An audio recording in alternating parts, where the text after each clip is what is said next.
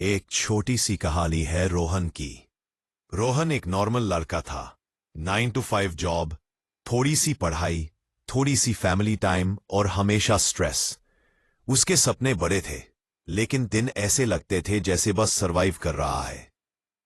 एक दिन उसके मेंटोर ने उसे एक किताब दी, the 7 Habits of Highly Effective People by Stephen Covey, और कहा अगर तू इस किताब को समझ गया तो तेरी लाइफ मैनेजमेंट, रिलेशनशिप्स और सक्सेस सब बदल जाएंगे।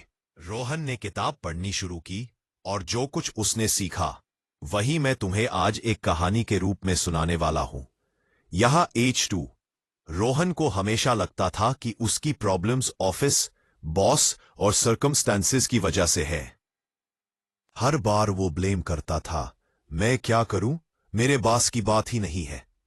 परंतु फिर उसने सीखा, इफेक्टिव लोग रिएक्टिव नहीं, प्रोएक्टिव होते हैं। रिएक्टिव लोग वेट करते हैं कि दुनिया उनके लिए बदले। प्रोएक्टिव लोग अपना सर्कल ऑफ इन्फ्लुएंस यूज करके एक्शन लेते हैं। रोहन ने डिसाइड किया कि अपना टाइम नेगेटिव सोच में वेस्ट नहीं करेगा।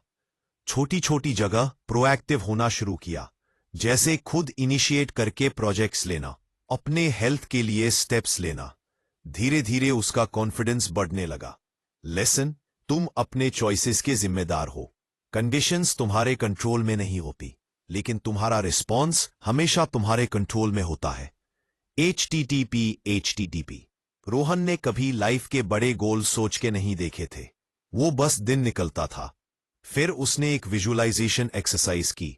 अपनी खुद की फ्यूनरल इमेजिन करो। लोग तुम्हारे बारे में क्या कहेंगे, तुम्हें कैसे याद रखा जाएगा। उस दिन रोहन को समझ आया कि उसके गोल्स रैंडम नहीं होने चाहिए, बल्कि उसके लॉन्ग टर्म विजन के हिसाब से होने चाहिए।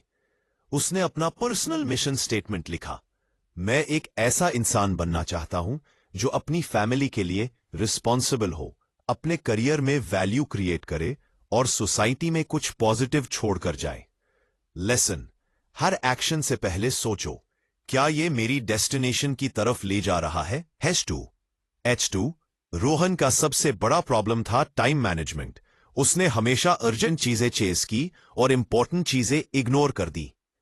कवि ने एक मैट्रिक्स समझाया, all urgent and important crisis, not urgent but important planning growth, urgent but not important, distractions. Not urgent, not important, time waste. Rohan ने सीखा कि सक्सेसफुल लोग अपना ज्यादा टाइम क्वाड्रेंट 2 में लगाते हैं, ग्रोथ, रिलेशनशिप्स, हेल्थ, प्लानिंग। धीरे धीरे उसने अपनी लाइफ ऑर्गेनाइज की। लेसन, बिजी रहना और प्रोडक्टिव रहना दोनों अलग चीजें हैं। फोकस करो जो लॉन्ग टर्म वैल्यू क्रिएट करे। ऑफिस में रोहन अक्सर कॉम्पिटिशन्स में पड़ता था, या तो मैं जीतूं या दूसरा। लेकिन इस माइंडसेट ने उसके रिलेशनशिप्स खराब किए। फिर उसने सीखा विन विन सोच, मतलब हर सिचुएशन में सॉल्यूशन ऐसा ढूंढो जहां दोनों पार्टीज बेनिफिट करें। जब उसने अपने कोलीग्स के साथ ये अप्लाई किया तो टीम वर्क और ट्रस्ट बढ़ गया। लेसन, सक्सेस एक लिमिटेड पाई नहीं है। विन विन माइंडसेट से लॉन्ग लास्टिंग रिलेशनशिप्स बनते हैं। रोहन अपने दोस्त और फैमिली के प्रॉब्लम सुनने के बजाय हमेशा सॉल्यूशन देने लगता था, लेकिन लोग सुनते नहीं थे। कवि ने कहा, पहले समझो फिर समझाओ। जब रोहन ने अपने फ्रेंड की बात बिना इंटरप्ट किए, बिना जजमेंट किए पेशेंटली सुनी, उसका दोस्त इमोशनल हो गया और बोला, आज पहली बार लग रहा है कोई मुझे समझता है। लेसन, कम्युनिकेशन का सीक्रेट बोलना नहीं बल्कि सुनना है। जब तुम सच में समझने लगते हो तभी लोग तुम्हें समझने के लिए रेडी होते हैं। फिर आज प्रोजेक्ट में वो क्लैश हो रहा था। एक प्रोजेक्ट में रोहन और उसकी टीम के आइडियाज क्लैश हो रहे थे।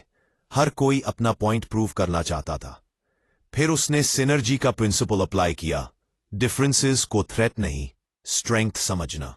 हर एक की यूनिक स्किल और थिंकिंग को मिलाकर उन्होंने एक इनोवेटिव सॉल्यूशन बनाया जो इंडिविजुअली कोई भी नहीं सोच पाता। Lesson, team work equals 1 + 1 equals 11। Diversity को एक्सेप्ट करो, उससे पावरफुल रिजल्ट्स आते हैं। आगे पढ़ें। फाइन। किताब की लास्ट हैबिट ने रोहन की लाइफ का बैलेंस बदल दिया। कवि ने कहा, तुम्हारा सबसे बड़ा असद तुम खुद हो। अगर तुम खुद को अपग्रेड नहीं करते तो सक्सेस सस्टेन नहीं होती।